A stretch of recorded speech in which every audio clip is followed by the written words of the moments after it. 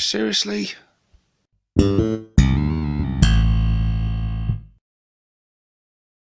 Hey people, welcome to this tactics first look video with myself, 6 Plus Stevo.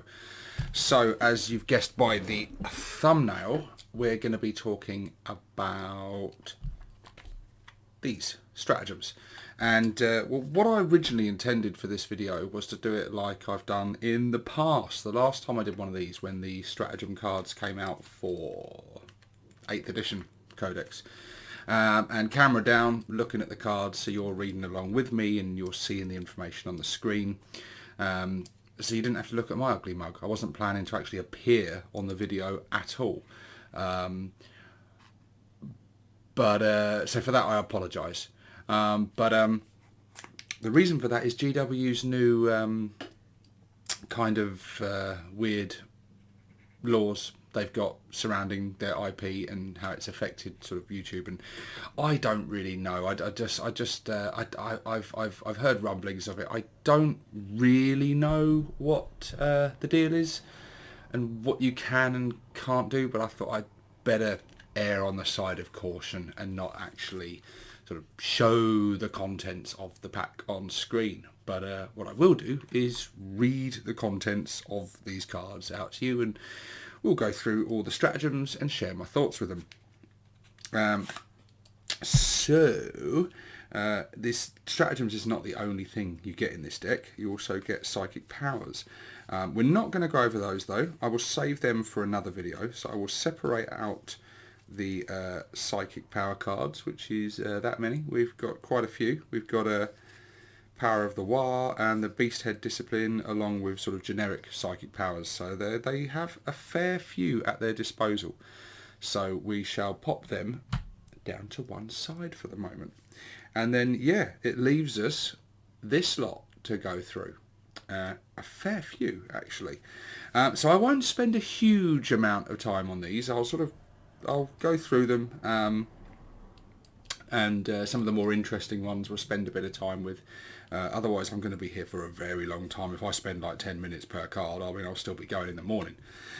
So we will have to sort of go through it at a fair old pace. So yeah, we'll go through the cards. I'll share my thoughts and sort of initial ideas of what we could use them for and things, and in what combinations and stuff. And then sort of share my thoughts at the end of the video about how good overall the stratagems are from this codex. And do excuse me, because I will be taking regular sips of my water to stay hydrated, and because it's still really hot over here. It's still very, very hot, and very hot up in this room as well. It gets really hot, and I had to close the window because there's people making lots of noise out there, and yeah. Anywho, let's get cracking. The first stratagem I see is a Goth exclusive stratagem, Unbridled Carnage. When Goths get stuck into the foe, the carnage is wonderful to behold, at least for other orcs. Use this stratagem at the start of the fight phase. Select one Goth core or Goth character unit from your army that has the no mucking about clan culture. Until the end of the phase, each time a model in that unit makes an attack, it scores an additional hit on an unmodified hit roll of 5+ instead of 6. That is 2 command points, and it is brutal. So those exploding 6s to hit become exploding 5s and 6s to hit. Absolutely devastating. That is going to be a Goth player's favourite stratagem. Well worth 2 CP. Well worth it. When you really want something dead. The fact that it's not just Goth core, it's Goth characters as well. So some of the really powerful stuff. Yeah, Goths are going to be loving that. I think in a lot of cases it'll probably be overkill. There might be times where you actually use that and it's a complete waste because there's just that many dice already doing so much damage. But yeah, in those instances where you really want something dead, or there's something that's very resilient and is going to be tough to bring down, then yeah, that's going to be a good stratagem. Is a good one. I covered this in my last video, but I will go over it again. Bad moons, showing off. A bad moon's prodigious,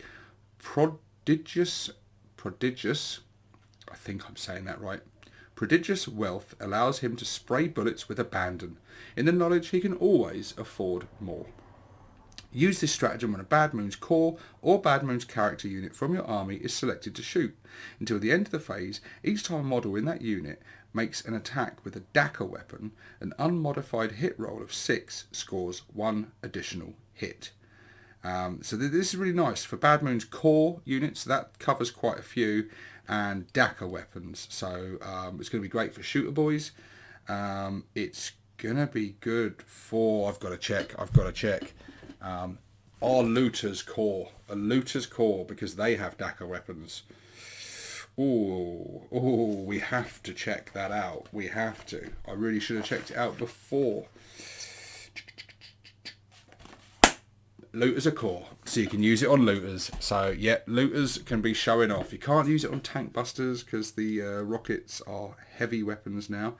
But yeah, looters. So exploding 6s with looters, tasty. Yeah, showing off is great. Gives the unit exploding 6s, and you can use it every turn, unlike the old showing off, which was very powerful, but it was a one-use item and only 1 CP. So worth it. I will literally use that every single turn. Yeah, I don't see a reason why you wouldn't. This is a very cool stratagem now. Careen. If their vehicle is on its last legs, any orc worth his steering wheel will aim its blazing remains into the nearest cluster of enemies.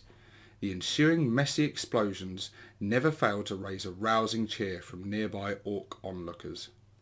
Use this stratagem when an orc's vehicle model in your army that is not within engagement range of enemy models is destroyed and explodes. That model can make a normal move up to 6 inches before resolving the explosion. If that vehicle is a wagon or Titanic model, this stratagem costs 2 CP. Otherwise, it costs 1 CP. So yeah, if it's one of the larger vehicles, it's going to cost you 2 CP. If it's one of the smaller ones, it costs 1 CP. But this is really good. So when your vehicles explode, you get the chance to move them 6 inches away from your own stuff and towards the enemy. So yeah, your own unit suffering some, them caught up in the explosion. And it'll be worth the 2 CP for some of the larger vehicles, because some of their explosions are big and can throw out some serious amounts of mortal wounds. So if you can manage to position that vehicle in just the right position to hit as many as possible, that is lovely. Really fluffy, very cool, absolutely love it. Next one, get stuck in, lads. When orcs gather in large numbers, their sheer impetus carries them into the foe, destroying everything in their path. Use this stratagem in the fight phase when a boys or beast snagger boys unit from your army is selected to fight. Until the end of the phase, each time a model in that unit makes a pile-in or consolidation move, it can move up to an additional 3 inches. This is not cumulative with any other rule that increases the distance models can pile in or consolidate. If that unit contains 10 or fewer models, this stratagem costs 1 CP. Otherwise, it costs 2 CP. So yeah, it's a useful. It's not really a very exciting stratagem, but it's a useful one. It's definitely a useful one. It means you're just getting the stuff,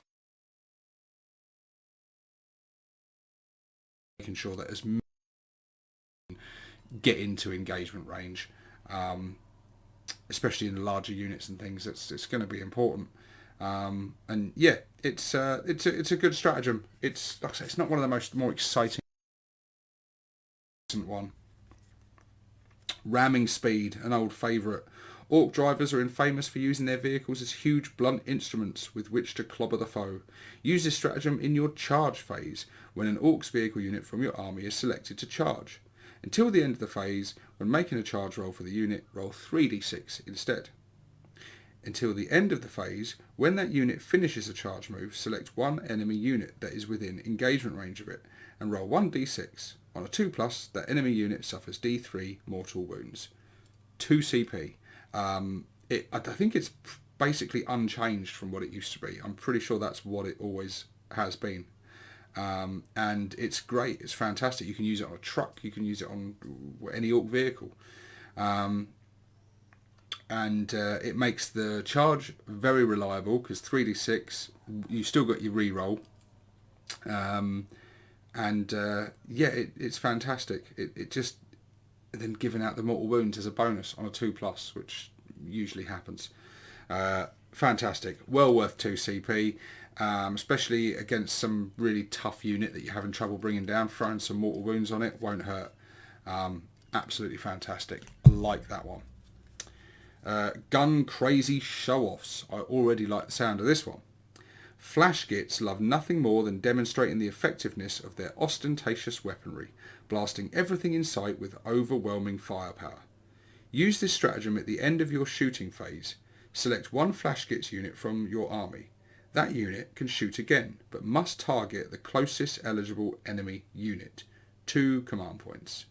So this one is, this has moved from a special rule that the Flash gits used to have, that they just got, but you had to roll, it was, after shooting, you rolled a dice, and on a 6+, they could shoot again. Which wasn't going to happen very often. You couldn't rely on it. It was a little bonus chance that could crop up and give you like, oh, nice little bonus. This is so much better. Just spending the 2 CP and getting it. And I know from using the old showing off stratagem many times that being able to shoot twice is very good. And the Flash gits are no slouches with their shooting. And so yeah, that's very cool. Very cool indeed, especially if you are using them in a freebooters detachment, and by this point they've got the +1 to hit, and then you're using that again. Like, it starts becoming really, really good. Very cool. We're liking that one a lot. Combine that with the fact that Flash gits are now no longer locked to freebooters. They can have any clan trait. It's so good, so good. Here's a good one. This is one of the ones from Saga of the Beast. Hit 'em harder. Their already massive strength, boasted by their mechanized armor, Meganobs can tear apart even the largest war machines, almost terrifying creatures with their claws and saws. Use this stratagem in the fight phase when a Meganobs unit from your army is selected to fight. Until the end of the phase, each time a model in that unit makes an attack with a power claw or kill saw, add 1 to that attack's damage characteristic. 2 CP. It's very good. It's very good. If there's like a big unit like a knight or a land raider or something big and hardy with a lot of wounds, that's going to be very hard to bring down, this is just going to make sure that happens. +1 damage on the kill saws or +1 damage on the power claws. It's going to be good. It's going to just up their already high damage potential output even higher. And if you've got a full 10-man squad, that's potentially another 10 damage there. Yeah. Very, very, very good. Yeah, I like it. It's good. I think it's situational. I think a lot of the time, much like what the other one I talked about earlier, it could go to waste. You may not need it, but I think if there's a critical moment in the battle and you really want that tank or that knight or whatever dead, it's going to be a good one to go for. Tough as Squighide. Beast snaggers live tough lives. Their hardy green skin constitutions pushed to extremes by the dangerous beasts they surround themselves with. As a result, even the lowliest beast snagger boy can take a tremendous amount of punishment before being slain. Use this stratagem in any phase when a beast snagger infantry, beast snagger cavalry, or beast snagger monster unit from your army. Why don't they just say beast snagger unit? It doesn't say character, does it? What about infantry? Well, yeah. Oh well. Unit from your army is selected as the target of an attack. Until the end of the phase, each time an attack is made against that unit, an unmodified wound roll of 1 to 3 for that attack fails, irrespective of any abilities that the weapon or the model making the attack may have. Yeah, I like that. So when do you use it? Use it in any phase when they're selected as target. So someone says, right, I'm shooting at your mob of 20 beast snagger boys there. And you say, right, tough as squig hide stratagem. Now you can only wound them on 4s, regardless. Very good to use on like some of the monster units and things as well, like your on your smasher squig or your squigosaur. Maybe they're targeting it with something nasty like a las cannon or something. You're like, nope, can only wound it on 4s. 2 CP. It's a pricey one, and I think you'll only want to use it in certain circumstances, but when you really need it to survive, it just give you that edge and help out, and yeah, useful. Breaking heads. Sometimes even the most enthusiastic greenskins need a little encouragement to stay in the fight. Luckily their bosses are more than happy to offer it. Use this stratagem in the morale phase when a morale test is failed for a clan unit, excluding Gretchen units, from your army that is within 3 inches of any friendly clan warboss or clan nobs unit. That clan unit suffers D3 mortal wounds and the morale test is treated as having been passed. 2 CP. So this was again one that used to be a built-in ability for those units. It is now a stratagem. You have to pay 2 CP to use it. I think this is a bit of a nerf because it's the same, but the fact that it's going to cost you CP now to use it is a bit of a nerf in itself. Again, it's situational. It's situational. I think it's going to be.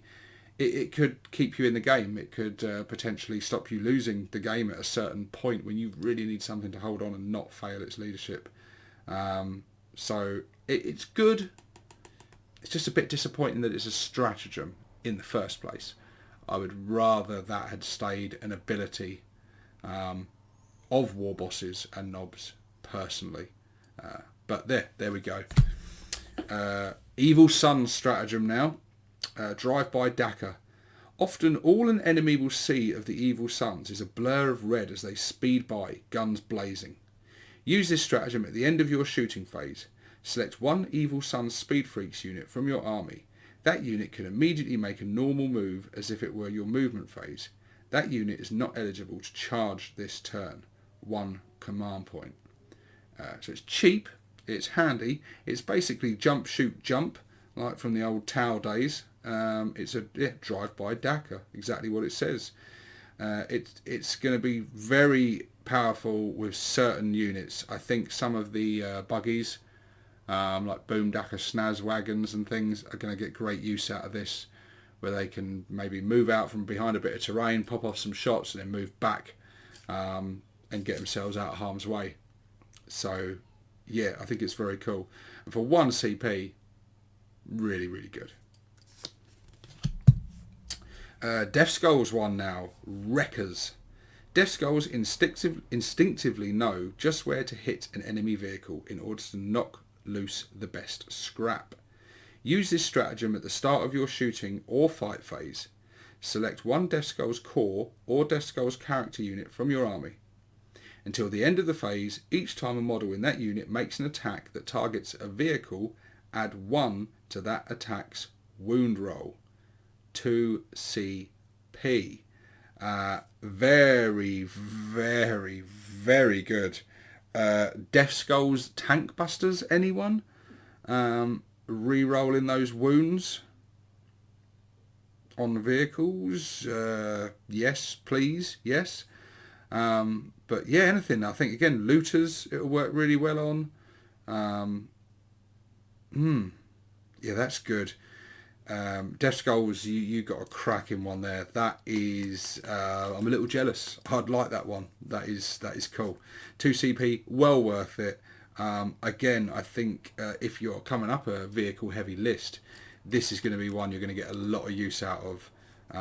Yeah, that is good. Makes some very reliable anti-vehicular shooting or combat. That's the thing as well. shooting or fight phase. So it's, yeah, we do like that. That is good. Next up, we got Blood Axes. Dead Sneaky.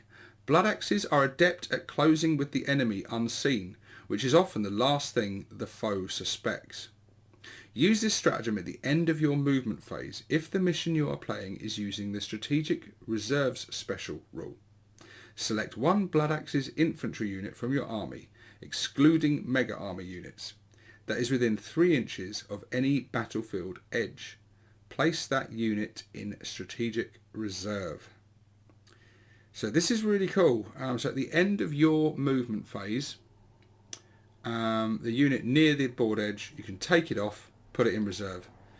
Then it will be the enemy turn, and then when it comes back round to your turn, you can bring them on as strategic reserves. Very cool, especially with some of their units and things that they can come on from different places and things. Yeah, that's. I think that's going to be very useful, and very sneaky and tricksy, which is very fluffy for the Blood Axes. 1 CP, so dirt cheap as well. Worth having some fun with that one. We've got a freebooter stratagem now. Get the loot. Very few things are able to stand between a freebooter and something valuable. Use this stratagem at the start of your command phase. Select one freebooter's infantry unit from your army that is on the battlefield. Until the start of your next command phase, that unit gains the objective secured ability. 1 CP. Fantastic. Potentially game winning in certain situations. Can make the difference. Freebooters infantry, so like some freebooter mega knobs, make them objectives secured right deep in enemy lines on the turn when it really counts. Boom, their objective secured. Now they've won the objective and got the points. Yeah, very, very good. The game's all about objectives. It's a very objective driven game now, and stratagems like that are so powerful, so powerful. 1 CP, bargain, potential game winning stratagem right there. Tide of Muscle. Use this stratagem. Oh, hang on, didn't read the little blurb bit. Once a horde of orcs gets sight of the foe, nothing can stop them. Use this stratagem in your charge phase when you select an orc's core unit, excluding Gretchen, from your army to charge. That unit can ignore any or all modifiers to the charge roll. 1 command point. Yeah, decent. It will come up in certain situations when you are facing some negative modifiers for whatever reason, whether that be terrain or whether it be some sort of psychic effects or a special rule that unit has. You can just literally override it, 1 CP, and go, no, I'm ignoring all that, which is very good and could get you out of some sticky situations. I know, I don't know if they've still got it, but I remember Thousand Suns being able to put something on to slow you down. And so something like that would have been magical back then. Unstoppable Momentum. Smasher squigs are essentially battering rams on legs. Even after trampling one flow, they plunge headlong into the next. Use this stratagem in your charge phase after a knob on Smasher Squig unit from your army finishes a charge move. If there are no enemy models within engagement range of that model, it can immediately be selected to declare a charge again. 1 CP. Now the way that's worded, I originally had to read that a couple of times because I'm like, well, I don't understand. How does this work? It's quite simple actually. So the Smasher Squig has some special rules which dishes out a load of mortal wounds on the charge. So it charges, does some mortal wounds. If it kills what it came into base contact with or in engagement range with, if that's now dead and gone, then it can declare a charge again and just ram right through. So that's really cool. I guess also there may be some units that have rules where when you charge them they back away or something, and maybe, I don't know. But whatever, in the situation you can charge again, so he can just go barrel him right through for 1 CP. Yeah, it will come up at certain times when you're lucky, and it'll be one to remember for when that happens. Be like, oh, nice, dead straight away. Okay, let's charge that now. Yeah, that is cool. And the Smasher Squig is a lovely model. I've started building mine. It's a great model. Grot Shields. Grots have a variety of uses, from fetching more ammunition to herding loose squigs, and even despite their protestations, acting as surprisingly effective bullet shields. Use this stratagem at the start of your opponent's shooting phase. Select one Ork's infantry unit from your army, then select one Gretchen infantry unit from your army that is within 6 inches of that unit. Until the end of the phase, enemy models cannot select the selected Ork's infantry unit as a target if the selected Gretchen infantry unit is a closer visible target. 2CP. So yeah, the grots are between your Orks and the offending unit.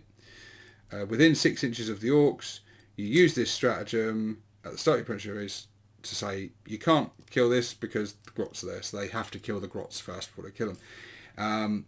Yeah, it's 2CP. I think grots aren't much use for a lot else, so yeah, it's useful. It's not as good as it was before, because before you would have it and they would shoot at you, you'd then use it, but they would be rolling, say someone was shooting at my mega knobs, and they would be rolling to hit and wound and stuff on their toughness and everything, and then you'd roll a 2+ and you'd take it on your little grots. So it was quite a bit better, but it's still good. 2CP, yeah. I was a bit disappointed that it's not as good as it used to be, and they've changed the way it works a bit, but it's still undeniably useful. Teleporter. I think this is exactly the same as it's been, but I'll run through it. Nothing shocks the enemy like an angry mob of boys or a looming war effigy suddenly appearing in a blast of green lightning. Use this stratagem during deployment. Select one non-monster Orks unit from your army that has a power rating 20 or less. You can set up this unit on a teleporter pad instead of setting it up on the battlefield. If you do so, then in the reinforcement step of one of your movement phases, you can set up this unit anywhere on the battlefield that is more than 9 inches away from any enemy models. If you select a transport unit, any embarked units remain embarked when this unit is set up on the battlefield. 2CP. And the one this is good to use on is the big Ed boss bunker thing, because that counts as a vehicle. It's got some great rules in it. I like the idea of filling it up with tank busters, teleporting that thing in. The tank busters count as having remained stationary, so then when they're targeting the vehicles, they're hitting on 4s. They're getting protected by this thing. Yeah, it's going to be very cool used in that way. But you can use it for loads of other vehicles as well, battle wagons and things and various things. I still probably like using it with my Death Dreads, dropping in 3 Death Dreads and then they splitting off together. Nice little tricks like that. 2CP, well worth it. And you have a lot of options and various things you can use it for. Lumbering Strides. When there is a chance to crush the foe beneath their metallic bulk, even the most cumbersome Orkish war machines can build terrifying momentum. Use this stratagem in your charge phase when you use the Here We Go ability to re-roll a charge roll for a Morkanaut, Gorkanaut or Stomper unit from your army. You can re-roll one of the dice for that charge roll instead of both. 1CP. It doesn't sound like much, but could make all the difference. So instead of rolling both your charge dice, you can opt to just roll one of them. Obviously, you roll a 6 and a 1. This is going to be a really good one for you to go, right, I'm going to do that. But you're going to have to, when you use Here We Go, you re-roll a charge. Yeah, so you're going to have to use this before you do your re-rolls. Remember this one. But yeah, it's decent. 1CP. It's just going to make that charge more reliable and less risky. Burn 'em all. When especially overexcited burner bomber pilots have been known to utterly saturate the battlefield with flames. Hmm? Oh, I get you. I missed the comma there. When especially overexcited, burner bomber pilots have been known to utterly saturate the battlefield with flames. That makes more sense now. Use this stratagem in your shooting phase when a burner bomber unit from your army makes attacks with Scorcher missile racks. After resolving these attacks, each other unit within 3 inches of the target suffers 1 mortal wound. So that's a really nice one. If the army's clustered up, they're all castled up, and there's lots of units together, you fly your burner bomber in, fire your Scorcher missiles, and then all the ones within 3 inches of that target also suffer a mortal wound. Yeah, situational, but good. 1 CP. Monster Hunters. When a group of beast snaggers corner a monstrous foe, they act with remarkable, almost un-orky cohesion, with each mob doing their part to bring the beast down and deliver the killing blow. Use this stratagem at the start of any phase. Select 1 enemy monster or vehicle unit and up to 3 beast snagger units from your army. Each time attack is made by a model in one of the selected beast snagger units that targets the selected monster or vehicle unit, add 1 to that attack's wound roll. 2 CP. Very, very, very, very, very, very, very good. That's my official verdict on that.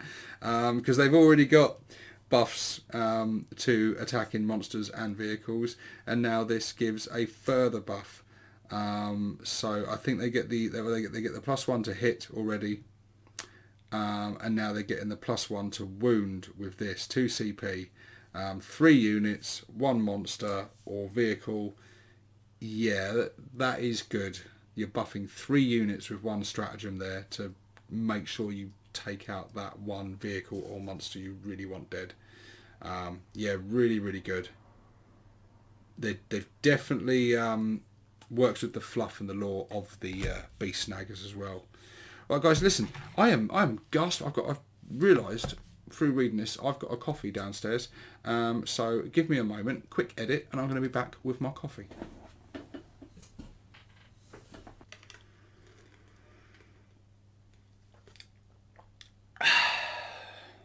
That's better.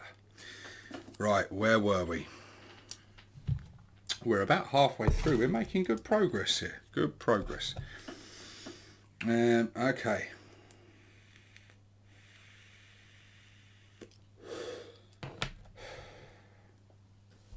Snakebites stratagem now. Mystic chanting. Snakebites have been known to point blank refute the existence of enemy psykers, presumably because they don't have the telltale green glow.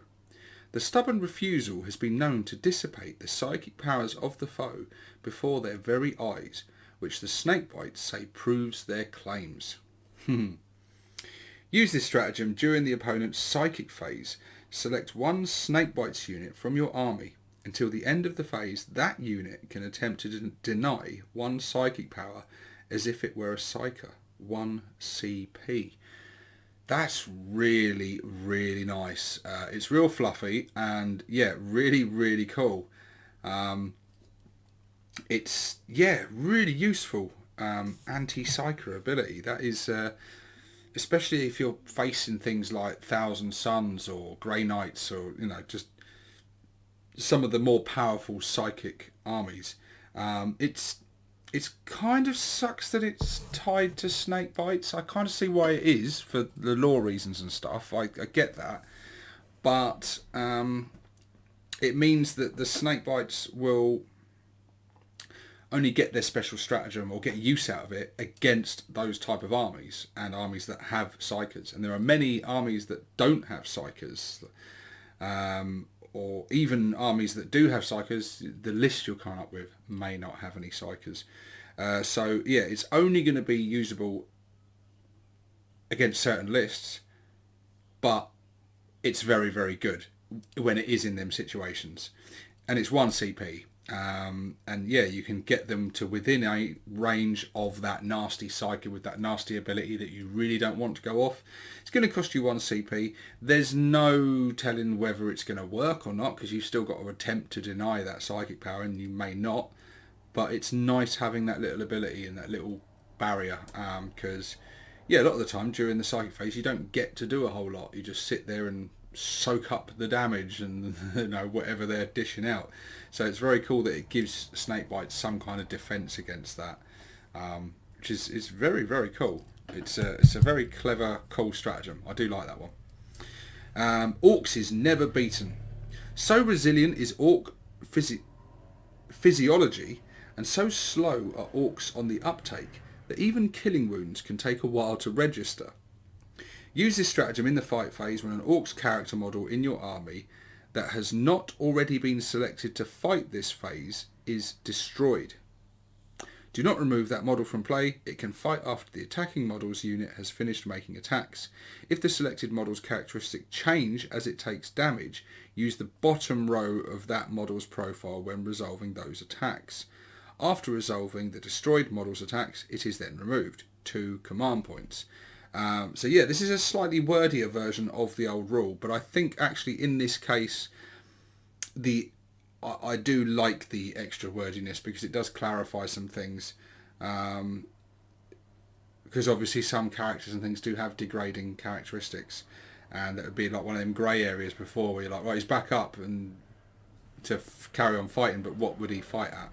And this clears that up. So I think against those characters who do have degrading profiles, it's going to be less useful, because quite often if you're on your bottom rung of that degrading profile, it's giving you some serious hindrances to some of your stats, be it weapon skill or the amount of attacks you have, etc. It might be other areas that drop, depends on the character in question.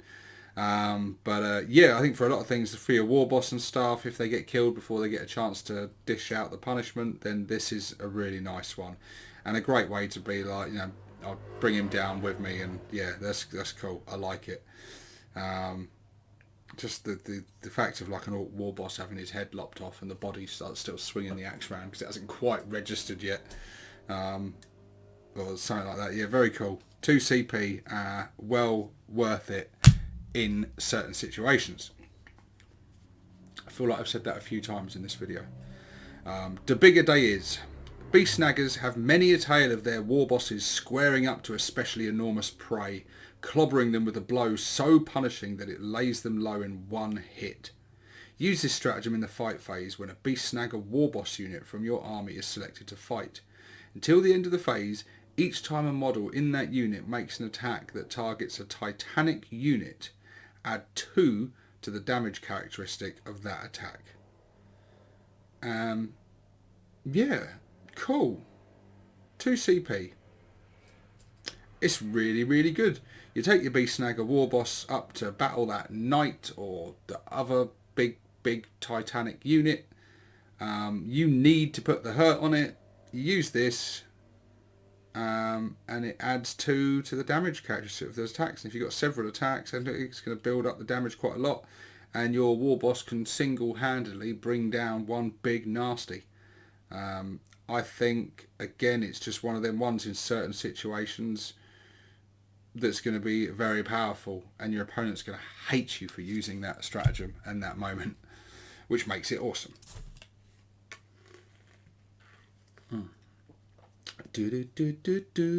I'm loving it.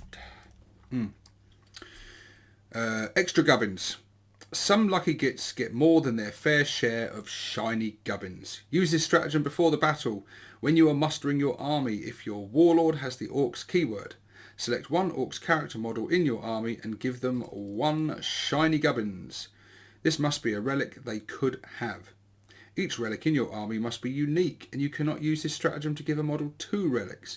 You can only use this stratagem once unless you are playing a strike force battle, in which case you could use this stratagem twice, or an onslaught battle, in which case you can use this stratagem 3 times. 1 command point. 1 command point to give another character some shiny gubbins. Really cool. One of the sort of pre-game ones. And if, like I say, if you're playing one of the larger games, Onslaught, you can use it up to 3 times. So you've got 4 relics out on the battlefield. Each of them have to be unique, but yeah, really good, because some of our shiny gubbins are bloody lovely. There's some really good stuff like Head Whoppers, Kill Chopper, the Killer Claw, the Dead Shiny Shooter, and lots of other ones that fail me right now. But there's tons of them, and they're good, and you want to use as many as possible. So this is really, really cool. 1 CP, it's an absolute bargain. Absolute bargain. That'll be one I probably use quite a lot, especially being Bad Moons, because it'll be quite fluffy. They do have a lot of shiny gubbins and big expensive gear. So yeah, good stuff. Big Boss. The greatest war bosses keep a few lieutenants around to reinforce their rule. This has the dual effect of ensuring commands are decimated effectively and that the war boss is kept fighting fit. Use this stratagem before the battle when you are mustering your army. If your warlord has the Orcs keyword, select one Orcs character from your army and determine one warlord trait for that model.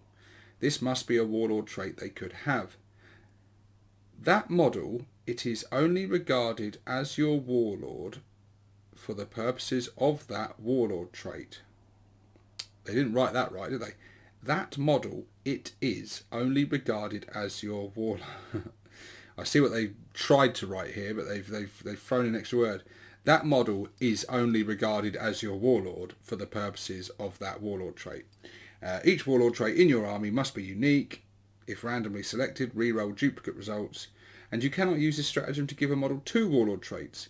You can only use this stratagem once, unless you are playing a Strike Force battle, in which case you can use this stratagem twice. Or an Onslaught battle, in which case you can use this stratagem 3 times.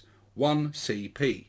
So it's basically the same thing as before with the extra gubbins, but this time it's warlord traits. So basically what you can do is you've got your warlord, he's got his warlord trait, but you've got another character, you can give them a warlord trait. Doesn't make them your warlord, but it means they can have a warlord trait. And like the shiny gubbins, the warlord traits are really, really good. And for 1 CP, it's going to be hard to resist using that because, yeah, those warlord traits are really powerful and can really buff those characters. So, good stuff indeed. Both of those I really like. So I'll probably be spending a fair few CP before the game begins, just tooling up all my characters, buffing them up. Wargear Stratagem, Cut in Flames. With a flick of an adjustable nozzle, burner boys can convert their flame-spewing weapons into deadly cutting torches. Use this stratagem in the fight phase. Select one burner boys unit from your army. Until the end of the phase, each time a burner boy model in that unit makes a melee attack, that attack has an armor penetration characteristic of -2. This cannot be improved by any abilities or rules that improve armor penetration characteristics. 1 CP. So this is one that used to be a rule of burner boys as standard. They got this for free. In the previous codex, their burners were D3 auto hits and the became like power weapons with the cut in flames in melee. Now a lot of people got their wish. They became D6 shooting flamers like other factions flamers, but they lost the cutting flames ability, or at least it's been moved to a stratagem. So it's really cool that burner boys get the D6 now. It's kind of a bummer that this is now a stratagem, but it is only a 1 CP stratagem. And I think most players are going to be happy that they have to spend 1 CP for the melee bonuses, but they get D6 auto hits now from the flamers. I think the trade-off has been worth it. So yeah, I think it's cool. And you're probably only likely to be in melee with them a couple of times. I think you're going to be spending more time burning stuff, aren't you? You're going to be using like the Bernie bus tactic, or but yeah, the 1 CP, it's nice and cheap, and a -2 on the AP in the combat. The burner boys are looking very, very good. Very good. They've been a lot of people haven't really rated Burner Boys in the previous edition, so it's good to see them back in a strong position. I think you're going to see a lot more Burner Boys in the game now. Now this one I do like. This one I will be using a lot. What's going on with my monitor there? There we go. We're back. Yeah, this one looks very good. More Dakka. Orks have no real concept of ammunition preservation, instead lending to hold the trigger down until their weapon stops firing or falls apart in their hands. Use this stratagem in your shooting phase when an Orks unit from your army is selected to shoot. Until the end of the phase, Dakka weapons that unit is equipped with are considered to be within half range when determining how many attacks are made with that weapon. 2 command points. An Orks unit, so basically anything in the army can do this. If it's armed with Dakka weapons, 2 CP, counts as being within half range. So basically, you're spending 2 CP to get the maximum amount of Dakka shots. I absolutely love this. This will be one that I use regularly, especially with the Bad Moon special rules and things. This will be great to use on a Gorkanaut. It'll be great to use on a big mob of like shooter boys with like big shooters in there. It'll be great to use on a Dakka jet at certain times, although that can probably be within half range quite easily anyway. It'll be cool to use on looters early on in the game when they're sitting at the back of the board, you know, at maximum range. Use this to make sure they get their 3 shots. Yeah, a very, very, very useful stratagem. 2 CP, one of the more expensive ones, but I think well worth it. Yeah, very cool. Anything that buffs Ork shooting is always, I'm all for it. Clouds of smoke. When speed freaks race into battle en masse, the resultant dust plumes and choking smoke serve to conceal them from enemy fire. Use this stratagem at the start of your opponent's shooting phase. Select 1 speed freak's vehicle unit from your army. Until the end of the phase, while a friendly speed freak's vehicle unit is within 6 inches of the selected unit, each time a ranged attack target that unit, subtract 1 from that attack's hit roll. Geez, that's a horribly worded stratagem. Let's break this down. Select 1 Speed Freak's vehicle unit from your army. Until the end of the phase, while a friendly Speed Freak's vehicle unit is within 6 inches of the selected unit, each time a ranged attack targets that unit, subtract 1 from that attack's hit roll. 2 CP. Okay, now I get it. So you're picking a unit that's going to be protected, from the smoke. But in order to benefit from that, it has to be within 6 inches of another Speed Freak's vehicle. It's basically the fact that the vehicles together are kicking up the dust cloud. I get it. It's 2 CP. It's fluffy the way they've done it. Yeah, I get it. Vehicles together doing that. But it is good. It would just be like for 2 CP, could you not just declare it on a vehicle without having to be right next to another vehicle? It's nitpicky on my part, I suppose. It is good. -1 to hit is great to benefit your vehicles, helping them survive. There are a lot of vehicles with the Speed Freaks keyword, so there's no denying it is good. But 2 CP, I think there's a lot of other stratagems that are possibly worth a bit more than this. Again, I guess it depends on the situation, doesn't it? If you need that vehicle to survive, you know, yeah, it's okay. It's okay. I think maybe if it had been 1 CP, it'd be better. I don't know. Here we are. Tank Buster Bomb. Tank Buster bombs are powerful, shaped charges, often with a magnetic coil, designed to be clamped to the exterior of enemy vehicles and then detonated, blasting through armour with ease. Use this stratagem in the fight phase when an Ork's Tank Buster Bombs unit from your army is selected to fight. So I think that what it means is an Ork tank buster unit from your army is selected to fight. Select one model in that unit.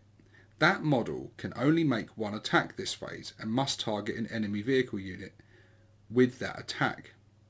But if a hit is scored, that unit suffers 2d3 mortal wounds and the attack sequence ends. 1 CP.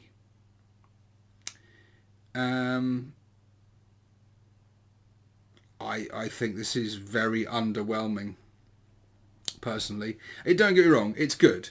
For 1 CP, you get an attack that is going to be most likely hitting, and then it scores 2d3 mortal wounds, so a minimum of 2 mortal wounds up to 6 mortal wounds, which is nothing to sniff at, but when you think what tank busters used to be able to do, this is just nowhere near as good.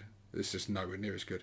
We used to have a stratagem where like up to 10 models in a thing could throw tank buster bombs and cause some serious fucking hurt.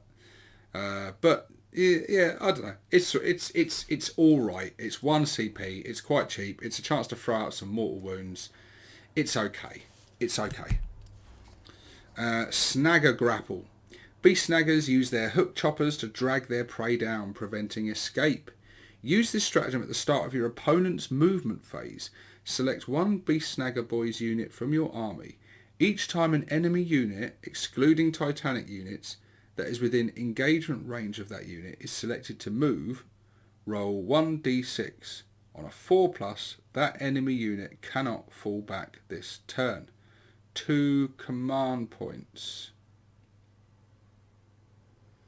Okay, this I've got a bit to say on this one. It sounds quite cool. Basically, it's giving you a chance to prevent the enemy from falling back and like running away. So Tau, for example, are going to be a key one for that. Maybe a lot of units that are able to fall back and still shoot. It's going to be very good to prevent that. It's 2 CP. But there are some issues with this. One issue being that just because you spend the 2 CP and use a stratagem doesn't mean it's going to work, because you've still got to roll a 4+ to stop that unit from falling back. And also, you use the stratagem at the start of your opponent's movement phase, so you kind of have to know what they're thinking and what they're planning. Maybe they've announced they're going to do it stupidly, and then you go, right, well, I'm going to fucking put the kibosh on that. Or maybe they're just, because you know of their abilities and things, that they can fall back and still shoot, or just fall back and charge, etc. Or they're Tau and they're cowardly scum. Yeah, it's good. 2 command points. It's not guaranteed, because you could spend your 2 CP and not roll any 4+. You could spend your 2 CP and then your opponent never intended to do that anyway. They had some other trick up their sleeve, or they were just going to stay in the fight and try and hold out. So it's kind of wasted. So yeah, I think it's good and useful. I just think it's... why do you have to use it at the start of their movement phase? Why can't you use it when they try and do it, so you know they're actually going to do it? Surely that would be better. If I had written this stratagem, first off, you wouldn't need to roll a 4+, because you're spending 2 command points. It would just be automatically, I'd say, like, if a unit, when your opponent declares they're about to move that unit and fall back, that's when you use the stratagem and you can prevent it, and maybe you prevent it on a 2+ or something. So yeah, I think it's good stratagem, but it could have been a much better. And for 2 CP, I think personally it should have been a lot better. One of the weaker ones in the deck, in my humble opinion. Ground shaker shells. Heavy lobber gunners are encouraged to fire their shells over the heads of their quarry, staggering the prey and allowing their rig to close in for the kill. Use this stratagem in your shooting phase when selecting a target for an heavy lobber. Until the end of the phase, each time that model makes a ranged attack, if a hit is scored against a target that is not Titanic and cannot fly, then until the start of your next movement phase, Halve the move characteristic of models in the target unit and subtract 2 from the result of advance rolls and charge rolls made for that unit. 1 command point. That's bloody lovely. So not only does your big heavy lobber do some damage to them, but for 1 CP it is halving their movement, subtracting 2 from advance and charge rolls. Yeah, really good. That, especially if you want to prevent said unit moving towards an objective, coming towards you, or whatever. Movement is so key in 9th. Movement is so important. So yeah, literally being able to pin a unit down effectively. Really nice. 1 CP, absolute bargain, well worth it. Force Field Booster. By supercharging the gubbins and making the spinny bits spin faster, a cunning mech can greatly, if briefly, extend the radius of a custom force field. Use this stratagem at the start of your opponent's shooting phase. Select one model in your army that is equipped with a custom force field. Until the end of the turn, replace the custom force field's ability with the following. Aura. While a friendly Orcs unit is within 9 inches of the bearer, it has a 5+ invulnerable save. At the end of this turn, the custom force field overloads and cannot be used for the rest of the battle. You can only use this stratagem once per battle. 2 command points. So this basically, it buffs the KFF to more powerful than what it used to be for 1 turn. Because it used to be 5+ in run save. It used to be 9 inches, but units had to be wholly within 9 inches. Now they just have to be within that 9 inches, not wholly within. So that can potentially be a massive bubble. And giving you the old 5+ in run, which is like, doubly, twice as good as a 6+ in run, because you've got a 1 in 3 chance of saving then, rather than a 1 in 6 chance of saving. So yeah, it's good. It's 2 command points, and then you lose it for the rest of the game. That's the sucky part of it.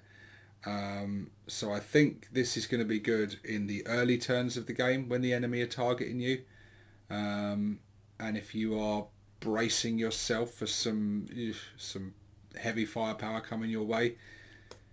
That could, especially if you come up against a shooty army, sort of gunline army that are going to sit back and just pound the shit out of you, that could get you out of a tight spot and protect you in those early turns. So it's good. I think it'll only be useful against certain factions in certain situations. Yeah, it's okay. It's okay. It'll be one that I'd be tempted to use at certain times. And then we're on to the rest of them are core stratagems. I will go for them. Command reroll. Use this stratagem after you have made a hit roll, a wound roll, a damage roll, a saving throw, an advanced roll, a charge roll, a psychic test as an either which test, or you have rolled the dice to determine the number of attacks made by a weapon. Reroll that roll, test, or saving throw. 1 command point. So yeah, it's not roll a 1 singular dice, it's to re-roll that roll. So, an advanced roll, you have to re-roll both dice. A charge roll, a charge roll, you have to roll both the dice. Or a psychic test, roll both the dice to know the which. Or the amount of things, a weapon. Yeah, command re-rolls are good and useful. I very rarely use them myself. I generally just tend to accept the dice roll. A lot of my opponents use command reroll all the time. I think it can be quite easy to go for it and tempting to go for it, but I think a lot of the time you're missing out on some potentially better things. But it's 1 CP, and the good old command reroll is always useful to have in your back pocket. Cut them down. The Orcs lay down some Dakka to demonstrate their extreme displeasure at their cowardly enemies for spoiling a perfectly good punch-up by legging it. Use this stratagem when an enemy unit falls back. Before any models in that unit are moved, roll 1d6 for each enemy model from your arm. For each model from your army that is within engagement range of that enemy unit.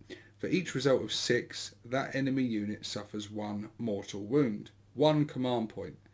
See, I think that's better than the snagger grapple one. I'd rather do that if people have been cowardly running away. especially if you're in a big unit. Roll a d6 for each model. So if they're running away from a big mob of boys, that could potentially be quite a few mortal wounds dishing out to them as they're running away. Desperate breakout. Should they put their minds into it, orcs can usually get almost anywhere on belligerence alone. Use this stratagem in your movement phase. Select one unit from your army that has not been selected to move this phase and which is in engagement range with at least one enemy unit. Roll 1d6 for each model in that unit. For each result of one model in that unit of your choice is destroyed. Assuming the unit was not destroyed, it can now attempt to fall back, and when doing so, its models can be moved across enemy models as if they were not there. Any model in that unit that ends its fallback move within engagement range of any enemy model is destroyed. Assuming that unit is not destroyed, it cannot do anything else this turn.